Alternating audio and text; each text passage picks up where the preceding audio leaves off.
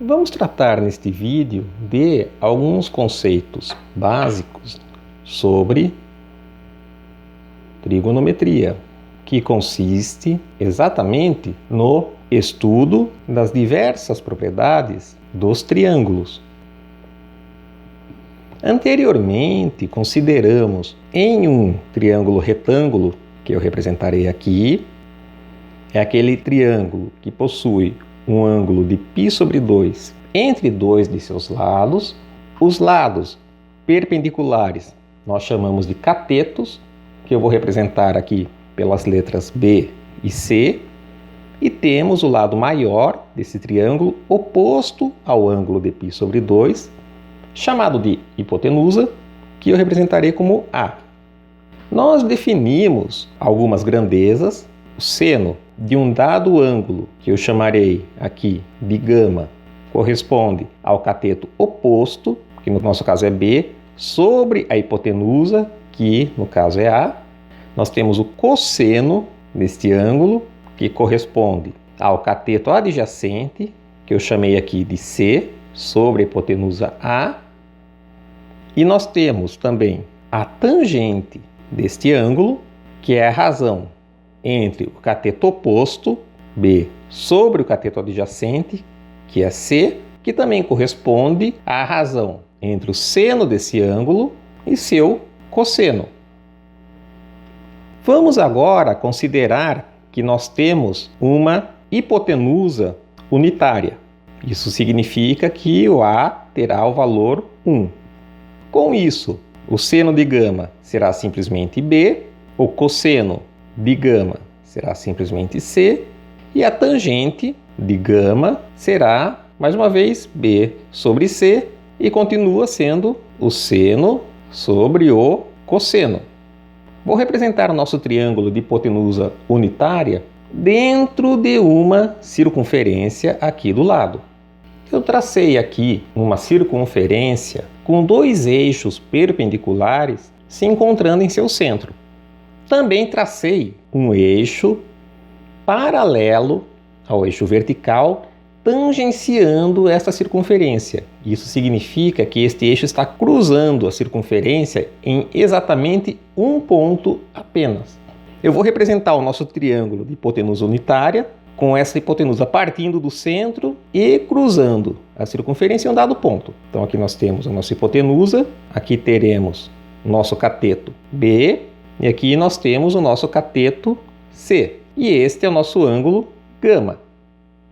Uma vez que esta distância sobre o eixo vertical mede B também, pois é paralela ao nosso cateto B, este eixo vertical representa o seno.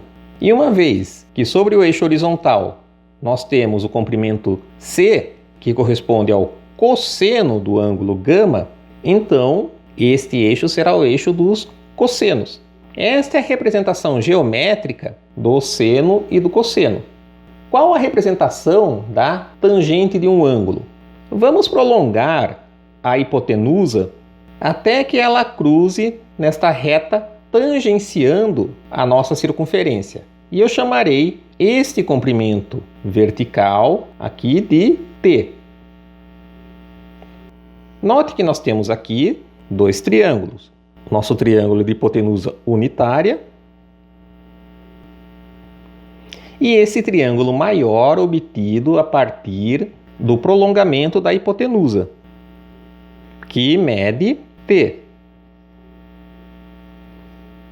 E este comprimento horizontal do triângulo maior também corresponde ao raio da circunferência, então ele tem comprimento 1. Por semelhança de triângulos, nós temos que este cateto maior, T, sobre o cateto menor, B, será igual ao cateto do triângulo maior, que no caso corresponde a 1, sobre este mesmo cateto no triângulo menor, que corresponde a C.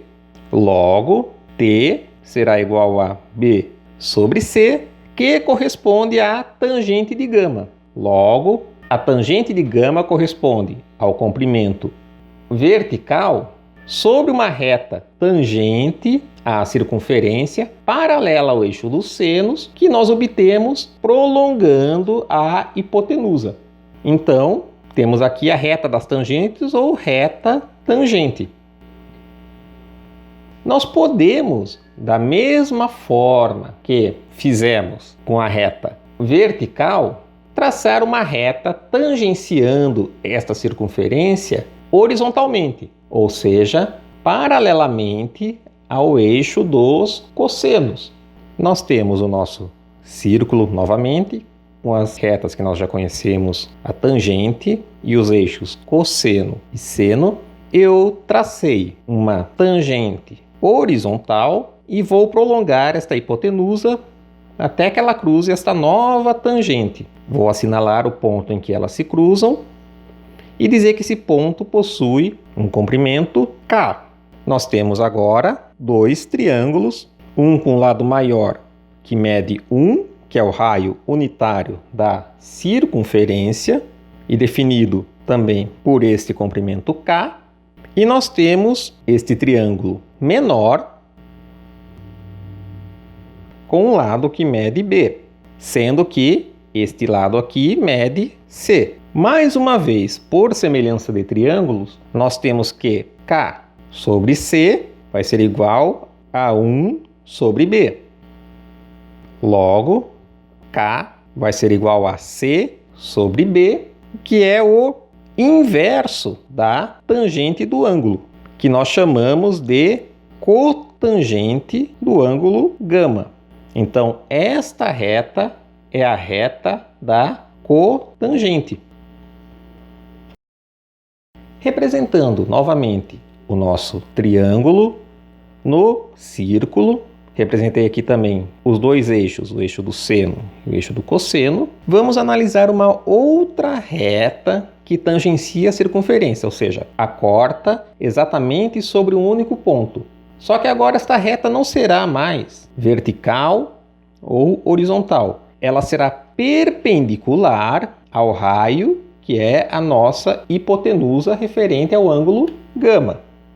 Trata-se desta reta, que é perpendicular ao raio, e eu vou analisar os pontos em que esta reta cruza o eixo dos cossenos, que eu chamarei aqui de S, e o ponto em que ela cruza o eixo do seno, que eu chamarei aqui de C. Note que nós temos agora, considerando apenas este triângulo maior, neste caso, esta será a hipotenusa e este será um dos catetos. Nós podemos tratar aqui do cosseno de gama, que será o cateto adjacente, 1 sobre S. Logo, S será igual a 1 sobre o cosseno de gama. E esta função, 1 sobre o cosseno de gama, tem um nome. Ela é chamada de secante, que nós abreviamos como sec. Logo, este ponto corresponde a secante de gama. E, da mesma forma, nós podemos tratar este triângulo maior, onde aqui nós temos 1, e este lado mede C. E este será o nosso ângulo gama. Nós temos aqui que o seno de gama será igual ao cateto oposto, 1 sobre a hipotenusa C. Logo, C será igual a 1 sobre o seno de gama. Esta função 1 sobre seno também possui um nome, que é a cossecante de gama. Então, este ponto corresponde a cossecante de gama. Para finalizar, nós temos que o seno e o cosseno possuem algumas propriedades que eu não vou demonstrar neste vídeo, em que se nós temos dois ângulos, alfa e beta, seno de alfa mais ou menos beta corresponde a seno de alfa, cosseno de beta mais ou menos seno de beta, cosseno de alfa. E o cosseno de alfa mais ou menos beta corresponde a cosseno de alfa, cosseno de beta, e eu inverto o sinal, ou seja, se eu estou somando os ângulos, eu adoto o sinal de subtração. Se eu estou subtraindo ângulos, eu adoto o sinal de adição. Temos seno de alfa, seno de beta. Temos alguns casos particulares interessantes, entre eles aquele em que alfa é igual a beta. Neste caso, substituindo nessa expressão aqui em cima, o seno de 2α corresponde a 2 seno de alfa, cosseno de alfa, e o cosseno de 2α será igual ao cosseno ao quadrado de alfa menos o seno ao quadrado de alfa. São duas relações fundamentais que se juntam à nossa relação trigonométrica fundamental, que diz que o seno ao quadrado de alfa mais o cosseno ao quadrado de alfa é igual a 1.